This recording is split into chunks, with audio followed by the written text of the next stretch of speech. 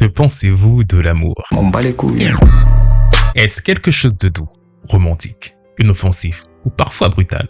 Mais que diriez-vous d'une force cosmique capable de cristalliser ses ennemis par un cocon de cristal rose et de les maintenir prisonniers pour leur bien, de réécrire leur personnalité pour qu'ils aiment correctement? Imaginez un corps de guerrière cosmique qui considère que l'amour justifie tous les moyens, y compris l'enlèvement, la manipulation mentale et même le meurtre de ceux qui s'opposent à leur vision de l'amour parfait. Si vous avez suivi mes précédentes vidéos sur les Black Lanternes et les Orange Lanternes, vous savez déjà que chaque couleur du spectre émotionnel cache un aspect sombre. Mais les Star Sapphire Lanternes, elles, poussent la corruption de l'amour à un niveau qui ferait frémir même les Red Lanternes. Bienvenue sur Otascript, la chaîne qui décrypte, décompose, dissèque les univers de fiction préférés, de tes univers de fiction préférés. Et aujourd'hui, on plonge dans l'univers des Star Sapphire Lanternes, le corps de lanterne le plus paradoxal et peut-être le plus terrifiant de DC Comics.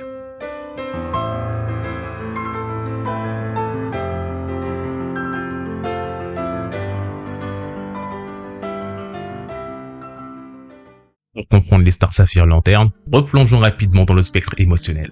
Dans l'univers d'ici, chaque émotion fondamentale génère une énergie qui peut être canalisée par des anneaux de pouvoir. Au centre, nous avons le vert, la volonté, utilisée par les Green Lanterns. Mais sur le spectre, plus on s'éloigne du centre, plus l'émotion devient extrême et difficile à contrôler. La rage rouge des Red Lanterns, l'avarice orange des Orange Lanterns, la peur jaune des Yellow Lanterns, le vert de la volonté des Green Lanterns, le bleu pour l'espoir pour les Blue Lanterns, l'indigo, la compassion des Indigo Lanterns et le rose pour l'amour des Star Sapphire Lanterns. Et aux deux extrémités, nous avons les White Lanterns pour la vie et les Black Lanterns pour la mort. Black Lantern que tu retrouveras dans la vidéo épinglée en haut à droite qui a déjà été traitée sur cette chaîne. Et comme tu peux t'en douter, le rose, la couleur de l'amour, se trouve à l'extrémité du spectre. Et comme toutes les émotions extrêmes, l'amour pur peut devenir obsessionnel, possessif, impulsif et dangereuse. Au cœur de cette énergie rose se trouve Predator, l'entité cosmique de l'amour. Contrairement à son nom qui pourrait évoquer de la chasse, Predator représente l'amour dans sa forme la plus primitive et instinctive. L'amour comme force de possession, de protection extrême et d'obsession. Les créatrices des Star Sapphire Lanternes sont les Amarons, une race d'immortels qui sont en fait les femmes de la même espèce que les gardiens de l'univers. Car quand les Malthusiens ont choisi de supprimer leurs émotions pour devenir des gardiens, les femmes, elles, ont été bannies et ont évolué différemment. Contrairement aux Malthusiens qui ont rejeté les émotions, les Amarons, elles, les ont embrassées, mais d'une façon qui allait révéler les aspects les plus sombres de l'amour. L'histoire des Star Sapphire Lanternes commence avec Carol Ferris, PDG de Ferris Aircraft et l'éternel love interest d'Hal Jordan. Carol n'est pas qu'une simple civile, elle est devenue l'une des Star Sapphire Lanternes les plus puissantes et complexes de l'univers d'ici. Tout commence en 1962, quand les Amarons choisissent Carol pour devenir leur championne. La mission, prouver que les femmes sont supérieures aux hommes en tuant les Green Lanterns. Ironiquement, Carol ignorait alors à ce moment-là que le Green Lantern du secteur de la Terre était Hal Jordan, l'homme qu'elle aimait. Quand Carol devient une Star Sapphire, elle ne change pas seulement son costume. Sa personnalité est entièrement altérée. Elle devient obsédée par l'amour d'Hal. Et disant qu'elle a pour credo ou pour ambition de vouloir le sauver de ses responsabilités de Green Lantern, quitte à détruire tout ce qu'il chérit. Ce qui rend Carol fascinante, c'est le conflit constant entre ces trois personnalités. Entre Carol Ferris, la femme d'affaires rationnelle, l'amoureuse d'Hal Jordan, et la Star Sapphire, la guerrière cosmique obsédée par l'amour parfait. Ce qui fait d'elle un parfait sujet à cette émotion. Car le plus terrifiant, c'est que Carol a également déjà été possédée par Predator lui-même, devenant temporairement l'incarnation pure de l'amour destructeur. Dans cet état, elle était capable de réécrire la réalité pour que tout l'univers aime correctement selon sa vision. Et ce qui distingue le plus Carol des autres Star Sapphire Lanternes, c'est qu'elle a cette capacité unique à résister partiellement à l'influence de la lumière rose. Elle peut parfois retrouver sa personnalité d'origine, créant un personnage tragique tiraillé entre l'amour authentique et l'obsession cosmique. Aujourd'hui, et dans les nouvelles versions, Carol Ferris est devenue la reine des Star Sapphire, dirigeant le corps avec une sagesse acquise à travers de nombreuses transformations. Mais même dans ce rôle de leader, elle reste dangereusement imprévisible et impulsive quand il s'agit d'Hal Jordan. Les pouvoirs des Star Sapphire sont aussi séduisants que terrifiants. Comme tous les corps des lanternes, elle possède les capacités de base de vol. de survie dans l'espace et de création et de construction avec la lumière rose. Et c'est là que les similitudes s'arrêtent. Le pouvoir signature des stars saphirs est la cristallisation. Elles peuvent et emprisonnent leurs ennemis dans des cristaux roses, ostensiblement pour les, entre guillemets, guérir de leur incapacité à aimer. Mais en réalité, c'est plus une forme de torture psychologique où la victime reste consciente, mais complètement impuissante. Elles peuvent aussi guérir les blessures physiques et même psychologiques en utilisant leur énergie de l'amour. Mais cette guérison vient avec un cadeau empoisonné. La victime développe souvent une obsession maladive pour sa sauveuse. Elles peuvent et elles se doivent de percevoir l'amour sous toutes ses formes. Romantique, familiale, amicale. Cette capacité leur permet de localiser leurs cibles, mais aussi de manipuler leurs émotions en amplifiant ou en détournant leurs sentiments.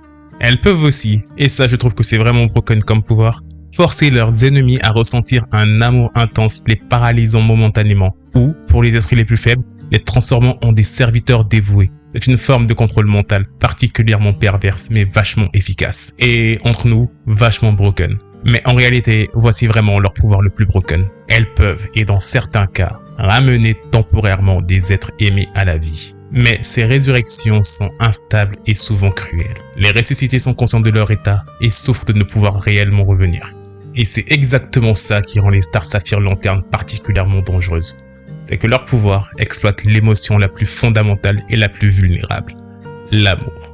Contrairement aux Red Lanternes qui attaquent avec la rage, ou les Yellow Lanternes qui, eux, attaquent et utilisent la peur, les Star Saphir Lanternes, elles, s'attaquent à ce que leurs victimes chérissent le plus. Parce que derrière ça se cache une philosophie toxique et une doctrine dirigée par les Amarons.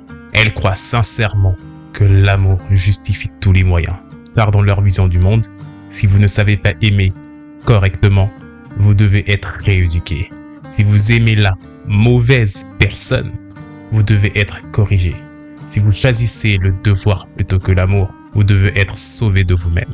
Le processus de recrutement des Star Saphir Lanternes implique souvent un conditionnement psychologique intense. Les nouvelles recrues doivent être bombardées d'énergie rosette jusqu'à ce que leur personnalité soit remodelée pour correspondre à l'idéal Zamaron de l'amour. Leur concept de la protection lui aussi est particulièrement pervers. Comme une mère surprotectrice poussée à l'extrême cosmique, elle protège leurs sujets en les privant de leur liberté, de leur libre arbitre et en détruisant tout ce qu'elles perçoivent comme une menace de leur bonheur.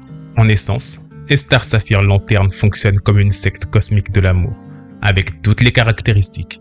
Isolation des membres, réécriture de la personnalité, justification de la violence par de l'amour, et conviction absolue envers leur supériorité morale. Pour ceux qui ont lu Dune, regardez Dune ou vu la série récente sur HBO, The Prophecy de Dune. Elles sont un peu semblables aux Bene Gesserit, culte de femmes qui mériteraient aussi peut-être une prochaine vidéo. Et vraiment, ce qui est le plus flippant, c'est que résister à leur influence vous désigne automatiquement comme quelqu'un, je mets des guillemets, incapable d'aimer. Dans leur logique tordue, seul quelqu'un de fondamentalement défaillant refuserait leur version de l'amour parfait. Et comme tous les corps des lanternes, les Star Saphir ont aussi leur serment qu'elles récitent quand elles recherchent leur anneau. Et ce serment révèle parfaitement leur mentalité. Pour les cœurs perdus et remplis d'effroi, pour ceux seuls dans la nuit la plus noire, accepte notre anneau et joins notre combat. L'amour conquiert tout avec la lumière rose. Ce serment révèle leur vision du monde. Elles se voient comme des sauveurs qui offrent leur amour à ceux qui en sont privés. Mais notez la formulation. Acceptez notre anneau. Ce n'est pas vraiment une proposition, mais c'est plus un ordre déguisé. Enfin bref, donc, leur base d'opération, c'est la planète Zamaron. Un monde entièrement dédié à leur vision de l'amour. C'est là que se trouve la batterie centrale Rosette, alimentée par l'énergie de Predator et par tout l'amour des êtres vivants de l'univers. Et comme dit un peu plus tôt, les Star Saphir Lanternes ont une hiérarchie strictement matriarcale. Au-dessus de la chaîne alimentaire, on a les Amarons. Ensuite, il y a les reines comme Carol Ferris. Puis, il y a des Star Saphir ordinaires. Cette structure reflète leur croyance en la supériorité féminine en matière d'amour. Et enfin, leur rituel de transformation est particulièrement troublant. Les nouvelles recrues sont souvent enlevées contre leur volonté, puis soumises à des tests d'amour qui consistent en réalité à un conditionnement psychologique intense jusqu'à ce qu'elles acceptent leur nouvelle identité. Et pour vraiment comprendre ce qui rend les Star Saphir uniques, comparons-les aux autres corps, dont certains ont déjà des vidéos sur cette chaîne. Les Green Lanternes, porteurs de l'anneau vert de la volonté, ont une organisation militaire structurée, dédiée à la protection et à la justice. Ils respectent la liberté et le libre arbitre. Ils n'imposent pas leurs croyances. Ils sont à l'opposé total des Star Sapphire, qui considèrent que leur vision de l'amour prime sur tout. Les Orange Lanternes, porteurs de l'anneau orange de l'avarice, il est unique. Larfleeze est un être solitaire obsédé par la possession d'objets, mais au moins, il n'essaie pas de, et je mets des guillemets, sauver les autres. Son égoïsme est pur, contrairement aux Star Sapphire Lanternes, qui justifient leurs actions par l'altruisme. Les Yellow Lanternes de Sinistro, utilisant l'anneau jaune de la peur, eux n'ont juste qu'une seule mission, répondre à la peur dans tout l'univers. Au moins, eux ont un but unique et pur qui va à l'opposé des Green Lanternes. Ils ne sont pas avides et manipulateurs comme les Star Sapphire Lanternes, ou du moins pas dans cet extrême, et pas en faisant croire que c'est pour le bien.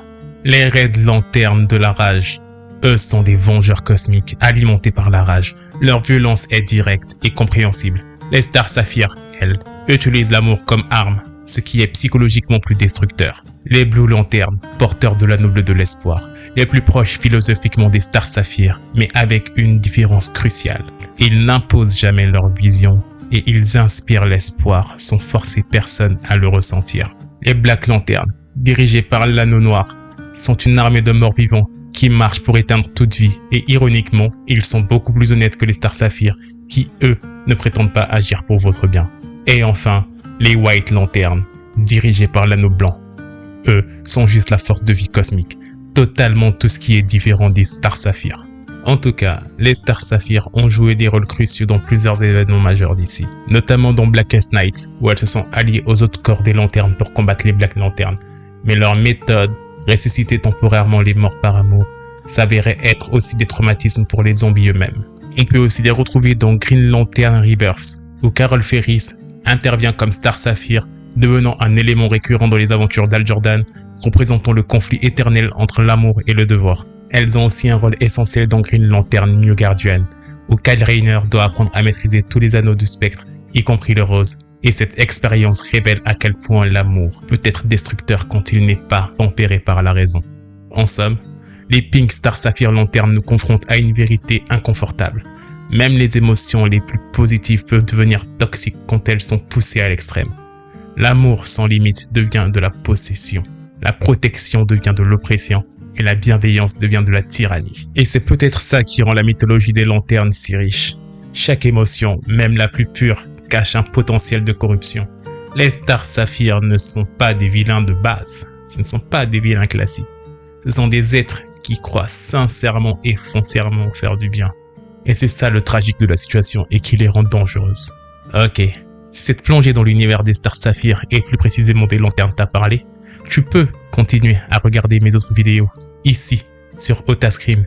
J'y dissèque la pop culture sous toutes ses coutures, entre psychologie, pouvoir et récits tordus. Si tu veux découvrir ou revivre des histoires complètes de tes fictions préférées, fonce sur Aramis Scream, ma chaîne principale, où je te raconte les plus grandes épopées comme l'histoire complète d'Invincible, de Solo Leveling ou encore de Frieren ou Secret Wars.